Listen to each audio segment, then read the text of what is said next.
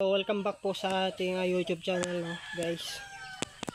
Meron po tayong vlog ngayon. Ipapakita ko sa inyo yung dalawang klaseng pinulik. Pinulik na ang tatak niya po ay PDP. Ito yung isang pinulik natin na nabili. Tapos yung isa naman na atin pong nabili ay yung tatak niya ay CGC ang kanyang tatak.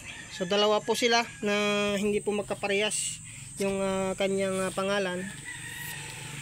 I-compare natin yung dalawang ito. Makikita natin, guys, itong tinatawag natin na CGC, ito ay makulay po siya, guys, at maganda po yung kanyang kulay. Ayan, o, nakikita po natin. At isa pa dyan ay solid yung kanyang pagkagawa. Para siyang yung tinatawag na, yung isa ordinary, itong isa ay special, o tinatawag na marine.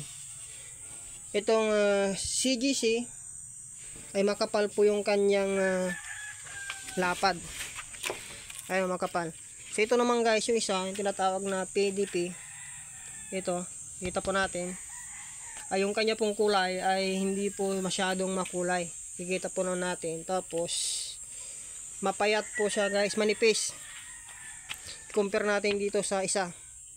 Ayun, makikita natin makapal po yung CGC. Sa compare natin itong isa na PDP ay manipis po siya, guys. Ayan, manipis.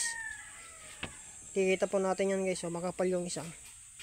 Itong isa, itong tinatawag na CGC, makapal po siya at quality. Maganda yung kanyang maganda po siya, para po siyang marine. Pero ito naman, yung isa naman ay malabo yung kanyang kulay, tapos manipis pa siya, tapos parang hindi quality. So mas maganda pala yung isang ito ang tinatawag na CGC. So the same po yung kanilang price, 500 plus po siya. Yung pinulik 1/2, ito yung kanyang pong kapal, 1/2 po yan, pinulik. Kaya kung mas maganda, guys, pag bibili po tayo ng ganito, ay mas maganda tong CGC. So nakita naman natin na maganda yung kanyang kulay, makulay siya, quality. Tapos ito pong kanyang kapal ay mas makapal po ito kaysa dito sa isa. So kung bibili lang tayo, mas mainam na lang itong isang, guys, itong tinatawag ng CGC. Ayan.